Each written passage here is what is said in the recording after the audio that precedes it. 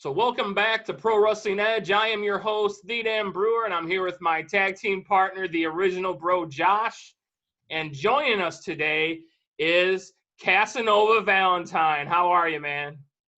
The Bushwick Antichrist, the Slumlord of the Underground, the Creator, the Originator, the goddamn Pioneer of the No-Ring Deathmatch, the Hipster Heart God himself, Casanova Valentine, is on the Pro Wrestling Edge podcast. Get your shit together, Detroit. Well, we appreciate you for coming on. We appreciate you for coming on. And like you mentioned, get your shit together, Detroit. We don't know how many of our local listeners here in the Detroit area have a lot of knowledge of you. You were at the last Horror Slam show. So we definitely want to open that door and give our Michigan independent wrestling fans a little look on who Casanova Valentine is. Yeah, well, you know, real quick factoid is my mom's actually from Flint. Nice. So my mom's from Flint. Yeah, so when I was a kid, we used to go to like the dune buggies and the dunes and stuff for like summer vacation. Like we get a cottage and shit. So my summer vacation used to be in Michigan. So Nice. yeah. So that was actually the first time when I came back for Horror Slam, the first time I've been to Michigan since I was like a child. So it was kind of nice to be there. But local wrestling fans that may not be familiar for me, I'm based out of Brooklyn, New York. I'm a professional wrestler. I've been wrestling for 7 years. I've been doing deathmatch about 3 or 4. And I'm most notably known for the no-ring deathmatch where I'll fight fucking anywhere, in a bar, in a backyard, you know, at your bar mitzvah. I don't give a fuck. I'm basically known for like the no-ring bar fight. I kind of bring the Kimbo Slice aspect to pro wrestling. So that's how my name is mostly known, but I work every style. I can do comedy, I can do lucha, whatever anyone pays me to do, I'll do it. You know what I mean? But I've made my name in the no-ring death match. Nice. So Josh and I actually first come across your work back on your Vice special when you did that special for Vice. And so being deathmatch fans and Horror Slam really bringing that back for us, that passion for watching deathmatch wrestling, really got us interested in you. Josh, just to let you know, is probably your biggest fan that I know. So, yeah, he's a huge fan of yours. Definitely. The Horror Slam match, I was the only Casanova one check, and I'm pretty positive. My own friends backed away from me. Yeah, you were wrestling the hometown hero, Chuck Stein. So, yeah, Josh was the only one, I think, cheering for you when you came out. Yeah. See, I never know when I come in. You know what's so funny is if the promoter isn't dead set on an outcome, you know, it depends. Some promoters know what they want. Some promoters are like, I don't know, you know. But sometimes, like, if I come into a place and I'm supposed to go up, because it's weird. Some places, you know, I want to either put the hometown guy over and, like, build them up. But sometimes I don't know if the crowd's either going to be more into me or more into him because he's the local hero, but I'm, like, the known fly-in. So sometimes I'll change, you know, depending on the crowd. I'm like, I'll make up a finish for me losing, even if I was supposed to win, because the crowd is so over for the other guy. I'm like, dude, I can't come in and, you know, if there's no plan for a further story, you know what I mean? I might just be like, fuck it, you win, you know? Like, so that's something I'm conscious of. You know, I never know what the crowd will be like, you know? So, yeah, Chuck's over in fucking Detroit, man. Chuck's a cool guy. I like him. So that match was really fun. Yeah, Horror Slam actually, because of No Wrestling, just had a the fans vote on their Facebook page. They did like a tournament, and Chuck won the tournament for the favorite wrestler. Oh, man. See, I had no chance. Yeah, all 16 people. You were in the tournament. Yeah, you were in the tournament. You made it was I? pretty far. I think it was in the 3rd round. Yeah. All right, man. That's cool, man. But, yeah, you definitely made it. But, yeah, Chuck went through everybody. And so, yeah, so how was your experience, Horror Slam? Did you enjoy it coming here to Detroit? Yeah, it's like, it's pretty wild for me, because like I'm from, the Northeast. When I first broke in, I usually just did Jersey, Philly, New York. I was a local guy for like 5 years. Took me, I was just, chugging away at it. And, but what I like about the Detroit scene, because now I've gone out and now I'm a guy that I do all the country. I do Canada, I do UK, and I just did a tour of Australia. But what's cool about Horror Slam and what's cool about your scene is and what's cool about just wrestling in general is there's still like hidden gems.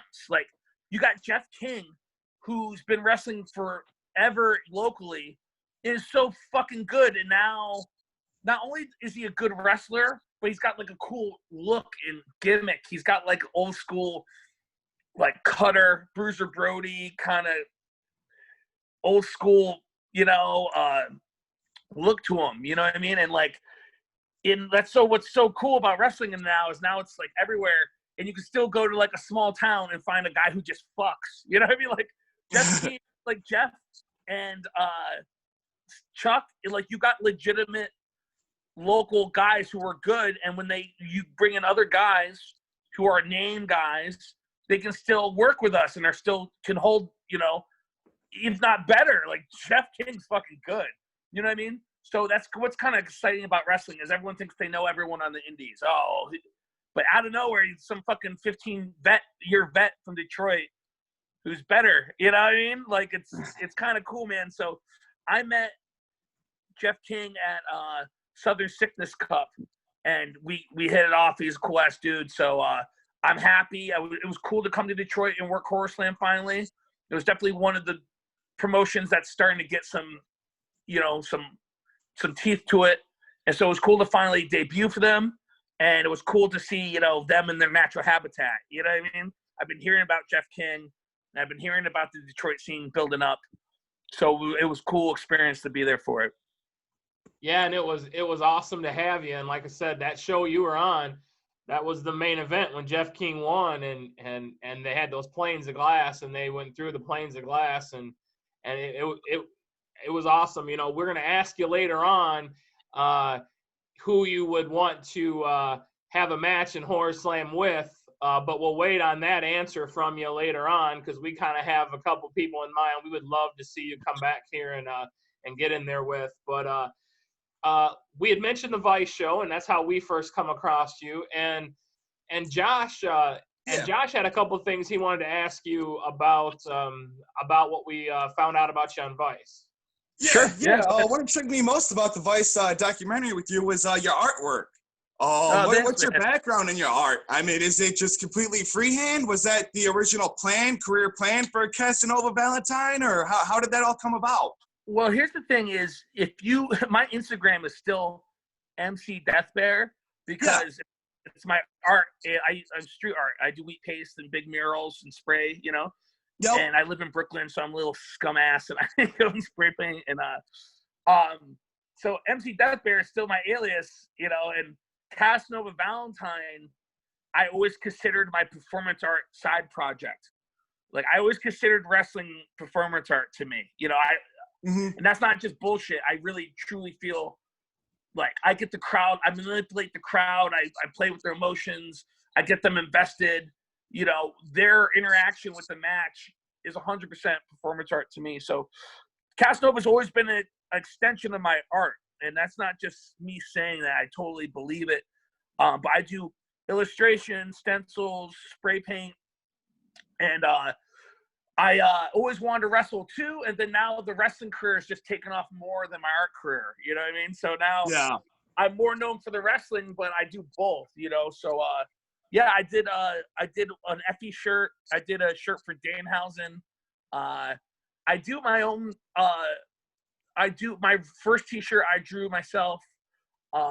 So yeah, I all the deathmatch flyers, all the deathmatch shows I do in Brooklyn that are my promotions. I draw the flyers, I do all of that, So yeah, man, I always consider art like I book art shows, I book wrestling shows. It's all fluid. It's all the same thing. to me. You know what I mean? To me, there's no separation between art that's coming out of a pencil or a spray can or art that's coming out of my fist punching somebody. You know, it's all art to me, you know? Yeah, that's actually funny you say that, because the way I like to explain you to people is the venue is his canvas, his blood is his ink, and your body is the paintbrush. And that's how you do your wrestling matches as an artist. Dude, I really enjoy that. I totally agree with that assessment. You know, like, even when I'm working the matches, I'm always working on connecting to the fans, and it just, you know, I could go out there and just do some shit, but it's not. If you watch my matches, especially compared to other deathmatch wrestlers, I don't really do like Canadian Destroyer, high spot, high spot, high spot. I'm more crowd work. I'm more like character work. I'm more of like a Bruiser Brody, where I keep it simple and I'm getting crowd involvement. And not that there's one right way or wrong way. You know, I'm not saying that other style is bad.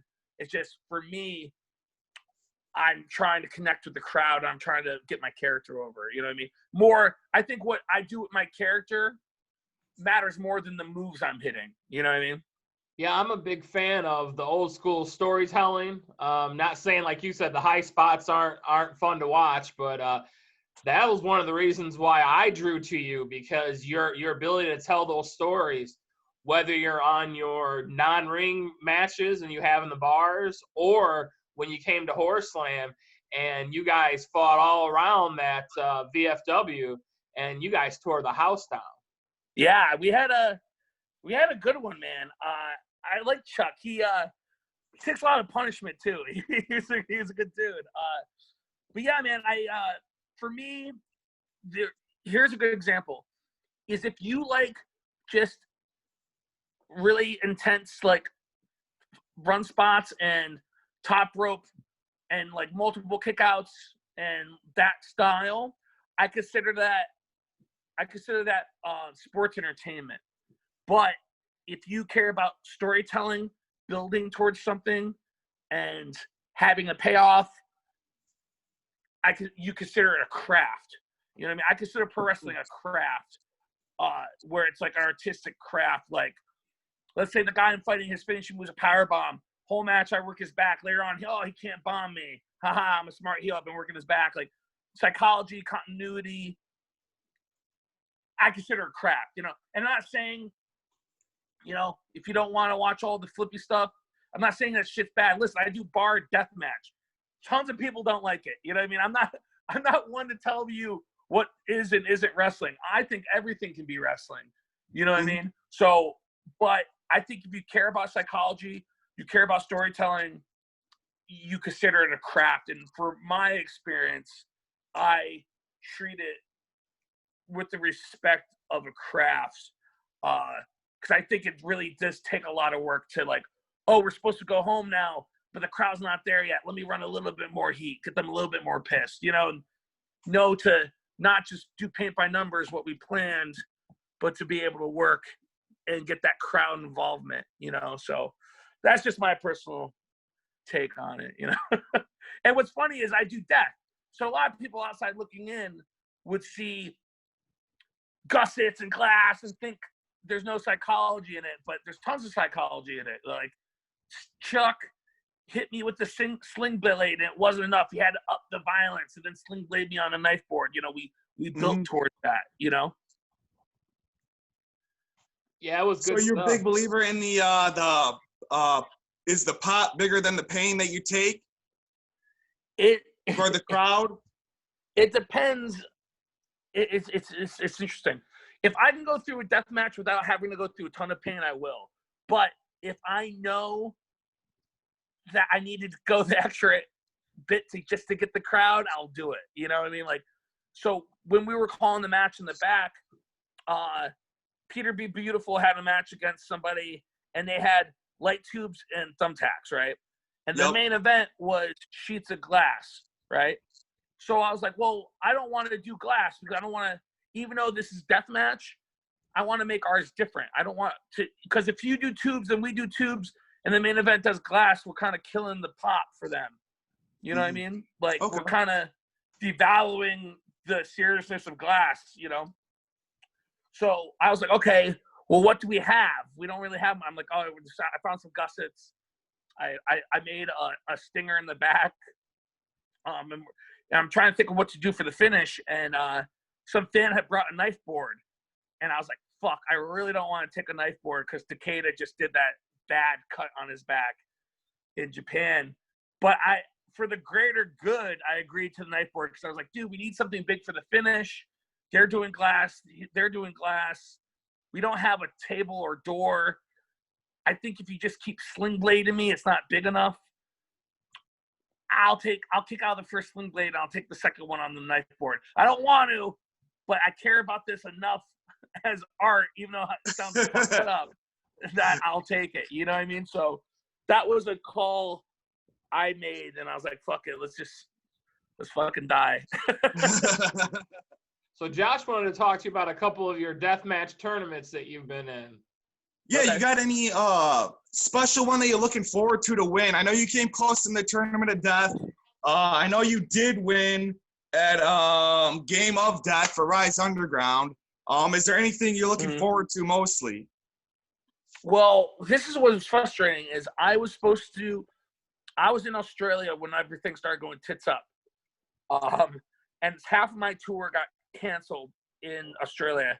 So I came home, but I was originally supposed to go from Australia straight to the UK. Well, I was supposed to fly home to ICW Taipei Death against Reed Bentley.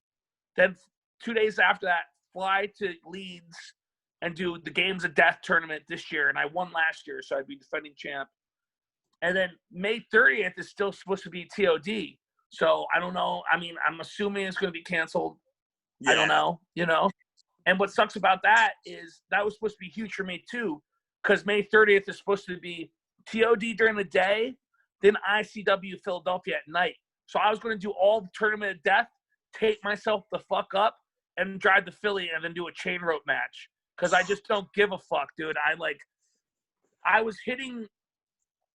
What's very frustrating is I was hitting really hard. Like, I had just done ICW against Homicide, pay-per-view. Then I did Tremont Barbed Wire Cage main event H2O pay-per-view. And then I did CZW No Rope Barbed Wire against Masada pay-per-view main event. So I was like hitting, man. So I don't even want to tell you the matches I had booked that aren't happening now because it sucks. Oh, yeah, definitely. I think those opportunities. Yeah, so I'm hoping those opportunities will be there when I get back. But I really, I'd love to win TOD. This would be my third year, but I don't know if it's going to happen or not. May 30th, I have a feeling it's not, Yeah. I wanted to be in Games. I think Games of Death is going to be moved to Halloween weekend in the UK. So I hope that still happens. But those are the tournaments. Like, CZW isn't what it was in the scene, but I still consider TOD like, that's all I ever was as a kid. The ultimate, yeah. So, the ultimate. So I would love to win TOD. Yeah. And I would love to get a couple more tournaments under my belt. What's Tremont at? Like 9 tournament wins? Yeah, but I believe 9 is at. I got one. I'd like to add a couple more if I could, Yeah, definitely. And that match that you did with Homicide and ICW was fucking brutal. I watched that, and man, that shit was the ending to that match was fucking insane when he went ham on you with that fork. Thank you, man.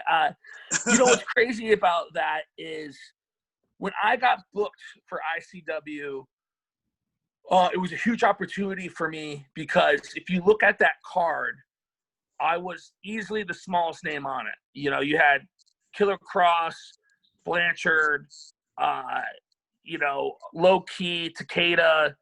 It was stacked. I was definitely the smallest name on that show. And so I knew that they had work rate guys. They got John Ray Murdoch and Eric Ryan. They're going to work. You got all these guys that are going to present different things, So I had to think of what I could do to stand out. You know what I mean? I know that they booked Jimmy Lloyd and Cologne last second. I know they were just going to do high spots, Not that there's anything wrong with that. It's dope, But I was like, what can I do that will be different and will stand out?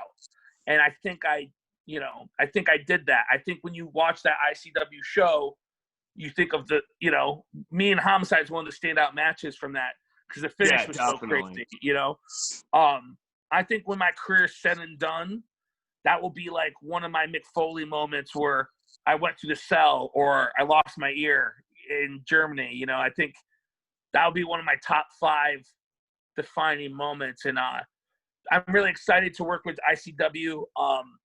The promoter, you know, reached out to me, started giving me opportunities. I'm very thankful because I've been kind of like alone. I've been kind of like the odd man out. You know, I don't work GCW.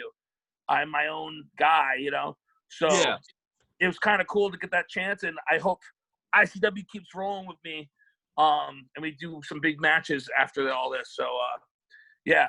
And plus, dude, being able to work Homicide, dude, like OG, I'm from Brooklyn. He's Brooklyn. Like, to be able to wrestle him is like, that's the second time I wrestled him, too. So it was wild. Yeah, that was a great match. Now, back to your Australia tour that you just did. Did I read that right? You did a 20-minute no-ring death match, and then walked down the street 10 minutes later and did another one, right? Yeah. How in the hell did that come about? Okay, let me just tell you this. So I originally had one show planned, and it was me and this Aussie wrestler named Joel Bateman, who's very good. And that's what's cool about doing these things, especially like, you know, I work Chuck. And when I just went to the UK, when I went to Texas, I worked this guy, Ruben Steele. You know, I'm in a position in my career where now I kind of have a little bit of a name, so I get to help bring up local talent, you know, so it feels good. You know what I mean? Like, years ago, I would die for matches with name guys. Now I'm kind of a name guy, and I can, by working these guys, I help them out. You know, it's nice, man. I'm happy I'm in that point in my career. I can do that. Like, I had a brutal match with Chuck, the local guy. I think we both looked big, you know, better after it. I had a brutal match with Ruben Steele in Texas, and I think he's going to become a big name death match soon. And same thing when I went to Australia. Like, in Australia, the biggest name guys are probably Mad Dog and a guy named Cracker Jack, right? But I didn't work those guys. I worked lesser known guys, and it's cool because I think now I've raised their name value up a little bit more. They've done a match with me, you know, and I think that's cool. So I wrestled Joel Bateman, super good dude. He's a little guy, really fucking tough. We went like 25 minutes, like pretty brutal fucking match. Yeah. And the day before, another venue had reached out to do another show, and I was like, fuck it, you know, let's just make as much money. So I go 25 minutes with Joel. We was at this bar called Bar Open in Melbourne, Australia. I fucking taped my face up, slammed 3 shots, boom, boom, boom, walked 15 minutes down the street. My phone was dead and my Uber was being done. I was like, fuck it. I just walked 50 minutes covered in blood, got to the other venue. The music had just finished playing the second I got there. And we were up next, and it was me, this guy, Sicko Smacks, and the guy, Colin Butcher, who are both very good young wrestlers. And I get there, and they're like, okay, you're up next. So we called the second match in 5 minutes. So in 5 minutes, I go, okay, blah, blah, blah, blah, and we figure out the finish, right? But just so people know who say, oh, Casanova doesn't know how to call a match or can't work, I beg to differ, because the first thing I called was, okay, I come out, you guys both jump me, put me through a table, then you guys fight for 5 minutes so I can catch my fucking breath. Yeah, I did notice that. To walk there. So, yeah, fuck you, dude. I'm exhausted. You guys haven't worked yet. You guys can fight. I'll take a big bump and lay down for a little bit, you know? Now, how would you compare crowds, the Aussie crowd, to your crowd at, the Tender Trap normally in Brooklyn with the no-ring death match? It's how different. Would you compare the fans? What's interesting is, like, they're all their own kind of different beasts. And then sometimes when I do a no-ring show in a new city, it's interesting how the people act. Like, in Brooklyn, everyone's super in. And the refs have to push everyone back, like pushing them back. Get back, because every time I take something to the head, like every phone's in the, you know? Yeah. When I did the no rings in Australia, no one even got close. They're all kind of scared, like laying back, you know? Yeah. It's interesting. When I do the no rings, I do no rings in Orlando, Florida, for a promotion called No Peace that I helped set up. It's a club, so they have all the big bouncers in the pit, you know, making a circle. So, and then when I did the no ring in Texas, they guardrailed off just a pit for us, so the crowd wasn't right there. So it's interesting, you know. It's kind of like there's no right or wrong way.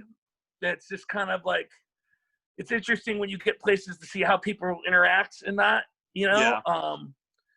You know, the best is when sometimes I'll go somewhere and some guy wants to heckle, you know, and I just shut them the fuck up. It's so good. I'm covered in blood. I go, hey, shut the fuck up, and you know. So, you know, it's interesting. You know what I mean? I did a match in Brooklyn where this guy was hammered, and me and Jeff Tannenbaum are going punch for punch, and the guy tried to break it up because he was drunk and didn't know. Because we started in the back in the venue, and then we spilled in the front, and the guy thought we were shoot fighting, you know, and tried to break the fight up, you know. Yeah, you never know, you know. I just roll with it. I did a no ring in Leeds against Big Joe last Halloween, and I thought it was going to be a riot. I had fans pushing me, throwing beer on me. I was shoving motherfuckers to the ground. Like, no kidding. As close as you can get to a riot, you know what I mean? So. Well, that's how you know you did your job. Oh yeah, dude. Yeah, what's great is when I wrestle in the UK, they yell, they go, "You Trump piece of shit." I was like, dude, I don't vote. You know, it's interesting, you know. But yeah, man, different places act differently. I'm just, you know, I just go with it. Try to keep it safe. You know, I know what I do looks wild, but I try to do the best I can to keep the fans safe and to create a wild experience, you know.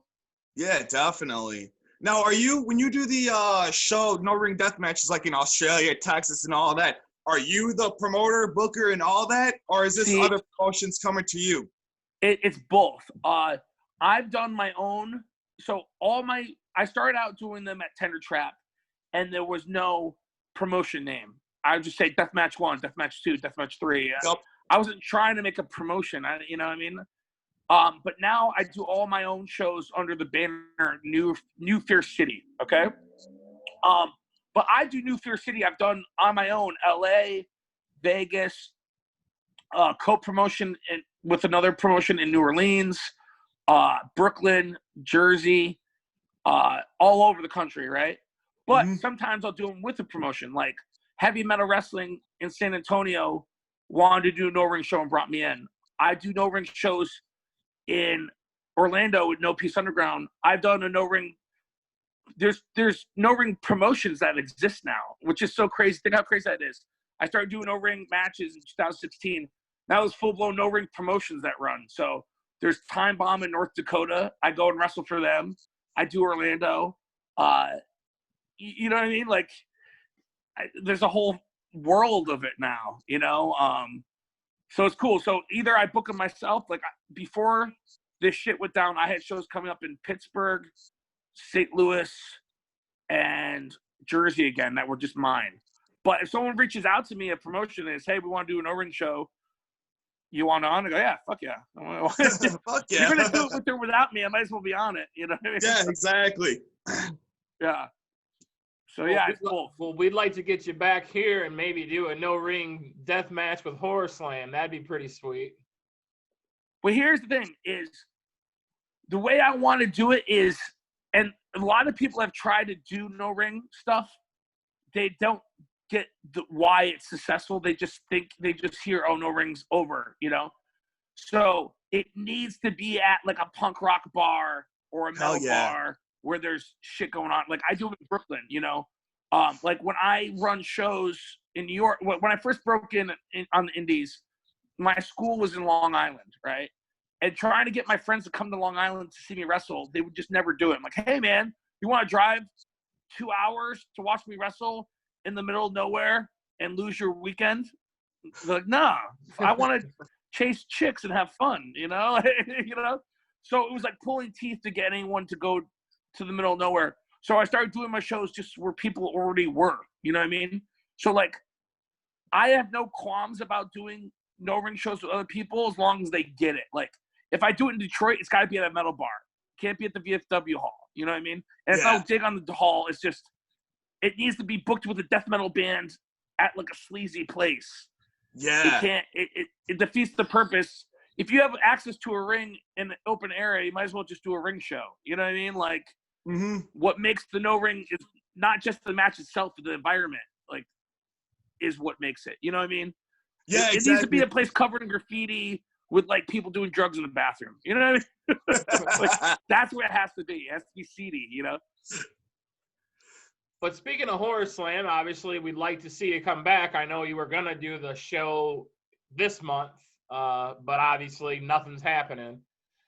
Is there anyone here in Horror Slam? Me and Josh have talked about it, and we have a few names that we'd like to see you in a Horror Slam ring with. Is there anyone here that you would like to get in the ring with at Horror Slam? Yeah, well, I had plans. So I originally was trying to I've done over 50 no-ring death matches, okay? And my original plan was I wanted to do John Wayne Murdoch in a hour-long Iron Man no-ring match in New York and do it big, like big production. I get the guy who builds the cage for CZW to build a lot of big contraptions, and I wanted to make the 50th like a big match, right? But just the way it worked out in the schedule, I've already done over 50, and I just missed the hitting it, you know? Adding an extra match in Australia put me over 50. I was like, fuck, I wanted to. So I think the next person I want to come to New York and do a no-ring with me is Jeff King. I would love to get Jeff King. Jeff King's already hit me up about wanting to do one.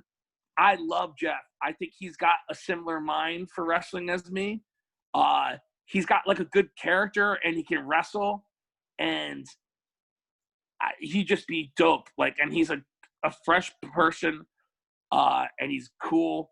So ideally, I'd love to do him and maybe get one other guy from Horror Slam to come up and open. So I'll get, what's the one guy that Jeff wrestled last show?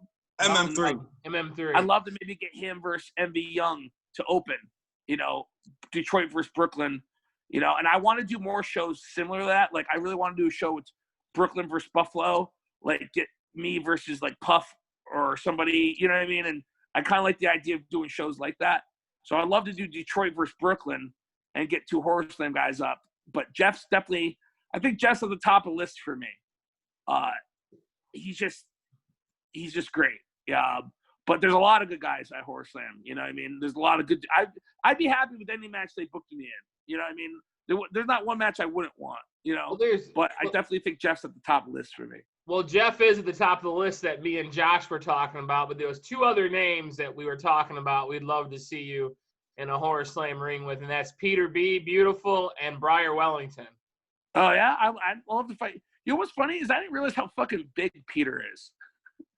I just met him in person the first time there. I was like, yeah, I didn't realize Peter's this fucking huge. I'm like 6'3".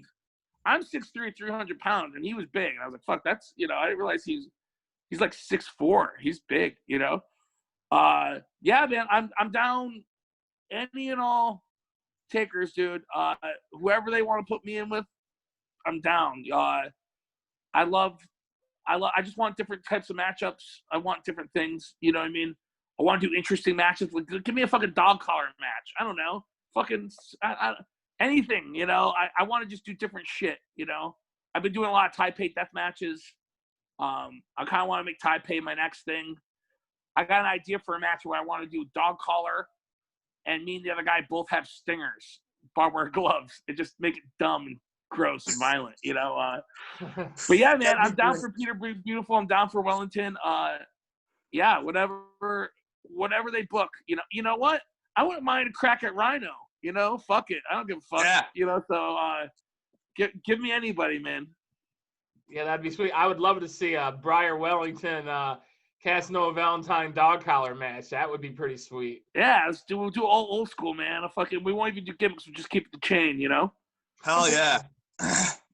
Yeah, get the Greg the Hammer Valentine, Casanova Valentine, keep it in the family.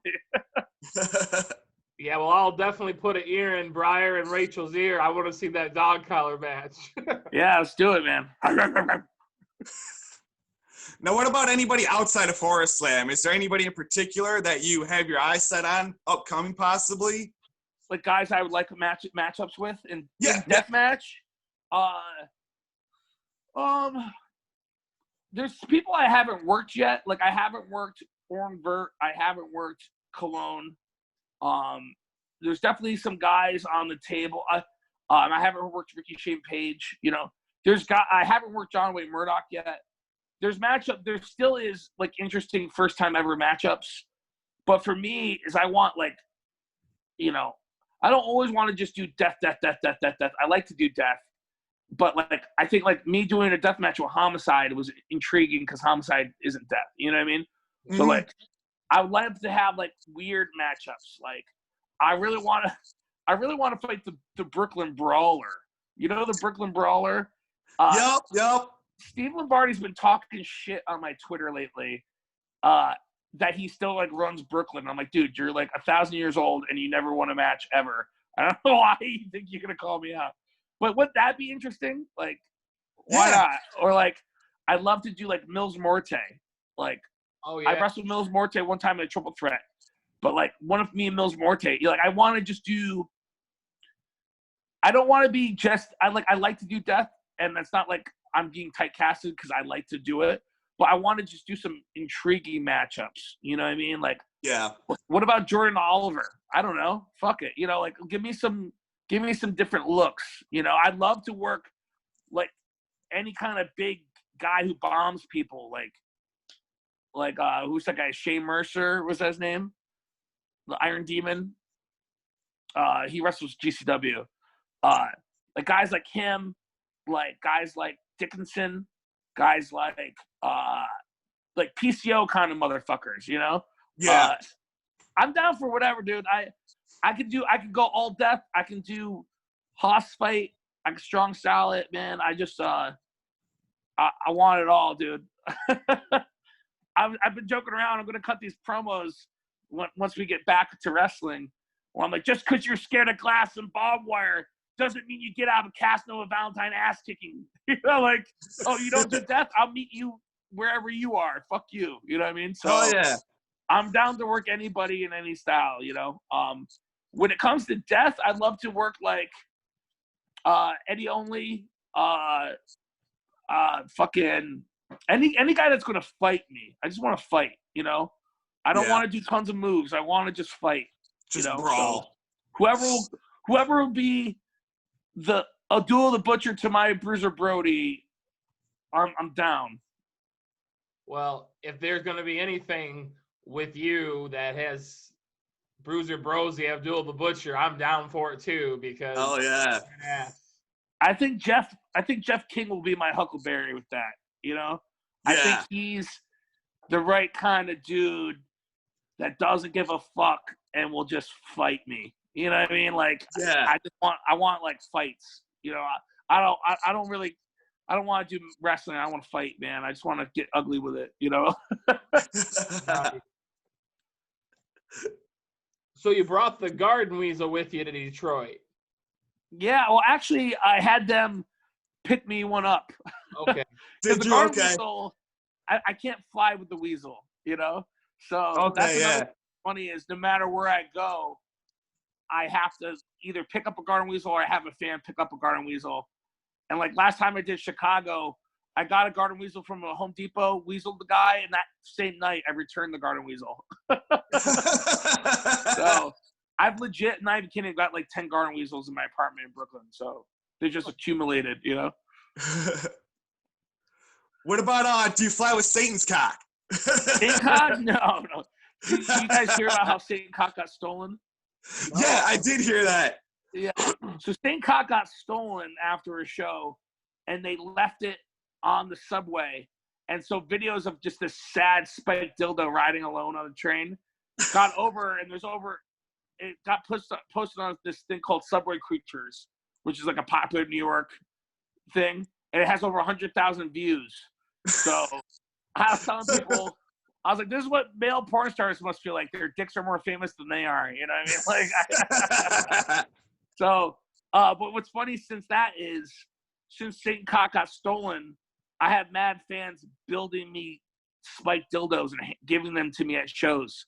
So now I've got like 5 Satan cocks. I got all these backups. So it's cool, man. Nice. Do you got any plans for any unique weapons coming up? You know, like we just talked, you got the garden weasel, the stinger with the boxing glove and the barbed wire, Satan's cock. You know, you don't got to reveal it, but do you got something in the works coming up? Well, that's the thing is, like, this is the thing I get frustrated. You got all these deathmatch wrestlers, and no one just tries to do anything outside the box or be creative. You know, like, how many times can you do like a staple or a light tube?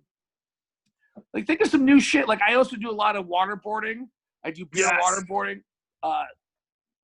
I'm constantly trying to think of new shit. Like, now I do the Muda lock with the Satan cock. Is one of my big offenses. Yeah. I did do this one where I made a boxing glove with thumbtacks, and I named it Manny Tackia instead of Manny Pacquiao. I've got some stuff up my sleeve. I'm not done. When I wrestled Tommy Dreamer recently, and I kind of negged him like, oh, you know, people call me the new innovator of violence, Tommy. You know, just trying to nudge him a little bit because I constantly want to just do different shit.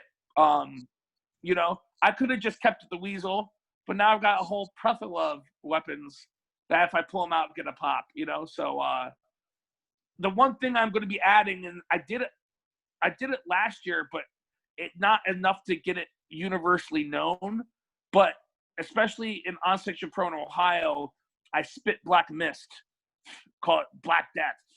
Okay. And, the reason I didn't do as much last year is I ordered all this stuff to make mist and lost it. And then I was using shoe polish instead, and it was just like not healthy to have that in your mouth, you know? Yeah, definitely. But 2020, when wrestling comes back, I'm really going to go out of my way to get the black mist over. I think the idea of like a big deathmatch wrestler doing mist, like no one does that, you know? Yeah. And it fits with my whole shtick, my whole spiel. And I'm just always trying to push the envelope on different things. You know what I mean? Where some people are pushing the envelope on how many, you know, flips they can do, I try to think of how many more interesting old school dumb shit I can get away with. You know what I mean? So, you know. Well, man, we appreciate you coming on. We're looking forward when all this shit is over that you come back to Detroit. And hopefully we get one of those matches that we're looking for. Before we let you go, where can people find you on social media? You can find me on Twitter, Casanova Val666. My Instagram is MC Death Bear. It looks like Mick Death Bear. It's not. It's MC Death Bear. And then if you go to my YouTube channel, search Casanova Valentine. I post every no-ring death match that I do. That's my show that I'm allowed to for free on my YouTube. If it's through another promotion, I'll ask permission if I can post it. But there's a huge library of no-ring death matches on my YouTube channel. You can watch almost all my no-ring death matches ever for free. And also right now with SmartMark, if you search Casanova Valentine on SmartMark or look at my Twitter, there's a link. I just released the best of 2019 DVD Blu-ray download through SmartMark Video. And it has my best matches from 2019 in-ring, On Section Pro, CZW, on Rise Underground UK, ring, in-ring, no ring, every fucking where in between. So you can see my in-ring work. There's a match on there at Outlaw Wrestling where I wrestled Joey Ryan and Orange Cassidy in a triple threat. You know, so everyone thinks it's me as a deathmatch guy, but I can go in any style. So my DVD's out. Social media, hit me up. Boom. Now, do you have merch that you got right now for sale? My Australian tour shirts, I only have larges left. But I'm going to be doing reprints pretty soon. So just you keep in touch with me on Twitter, Instagram. I'll have some more merch out. Also, one more thing I want to plug. If you're free and you're bored and you got nothing to do, on Instagram, follow the Isolation Wrestling Federation. It's this stupid fucking thing me and my friends are doing where we cut promos back and forth talking shit, and then you vote to see who wins. It's the first non-contact wrestling promotion, and it's super fucking dumb, and I've just been cutting promos on my friends. So follow them, all right? Yeah, Josh and I both follow it, and like we spoke before we started here, we love the promos you've been doing with you and your parents in it. Yeah, here I am in isolation at my mom and dad's house in upstate New York, guys. It's been real fucking dumb, you know. But yeah, man, I built a gym in the barn behind my parents' house. I've been calling it the Shred Shed. I've just been lifting like Rocky IV. I've been lifting like crazy, running. And when this is all done, I'm going to get a fucking ton of tattoos, a gold tooth, and fight anyone who will fucking do it. So I'm fucking ready to go, you know? Fuck yeah. Well, yeah, like, dude, we just fucking appreciate do it. you for coming on. Do you have any last words for the Michigan crowd? Yeah, real quick. Last time I was at Horror Slam, I met a girl, and her Instagram is casual abortion, and I thought that was the funniest thing I've ever heard. So I can't wait to come back to Detroit. Drinks on you guys. Taking me to a titty bar. Deal. Done. We'll definitely take it out. And we'll show you some places. Maybe you can scout for you a no-ring deathmatch show here. Yeah, maybe I'll stay all weekend. Maybe I'll do Horror Slam the Friday, and then a no-ring the Saturday, and then sleep all of Sunday and leave Monday. You know, we'll work it out. Awesome, man. Well, we appreciate you for coming on, and we can't wait to get you back here in Detroit.